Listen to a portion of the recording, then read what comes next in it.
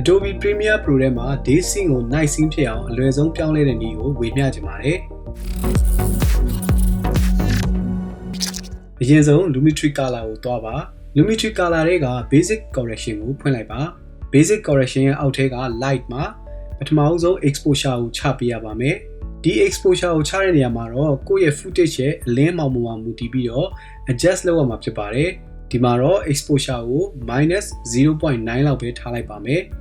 Exposure ကိုချပြီးသွားရင် Contrast ကိုနည်းနည်းလေးတင်ပေးပါမယ်။ Contrast မှာလည်းအလားတူပါပဲ။ကိုယ့်ရဲ့ footage ပေါ်မှာမူတည်ပြီးတော့လိုသလောက်ကိုချိန်ပေးရပါမယ်။ဒီဗီဒီယိုအတွက်ဆိုရင်တော့ Contrast ကို 8.0 ထားလိုက်ပါမယ်။ပြီးရင်တော့ Highlight ကို short ချပါမယ်။ Highlight မှာတော့များများလေး short ချပေးရမှာဖြစ်ပါတယ်။ဒီဗီဒီယိုအတွက် -35.7 လောက်ထိ short လိုက်ပါမယ်။ပြီးရင်တော့ Creative Panel လေးကိုဖွင့်လိုက်ပါ။ Creative ရဲ့ Look Option မှာ SL Blue Day for Night ဆိုတဲ့ Color Lookup လေးကိုရွေးပေးလိုက်ပါ။အခုဆိုရင်ဗီဒီယိုက Day Mode ကနေ Night Mode ကိုပြောင်းလဲသွားပါပြီ။သူ့ရဲ့အောက်မှာရှိတဲ့ Color Intensity ကိုတိုး short လုပ်ပြီးတော့လည်းစိတ်ကြိုက်ထပ်ချိန်ပေးနိုင်ပါသေးတယ်။ဒါကတော့ Premiere Pro ထဲမှာ Day Mode ကနေ Night Mode ကိုအလွယ်ဆုံးပြောင်းလဲနိုင်တဲ့နည်းလမ်းဖြစ်ပါတယ်။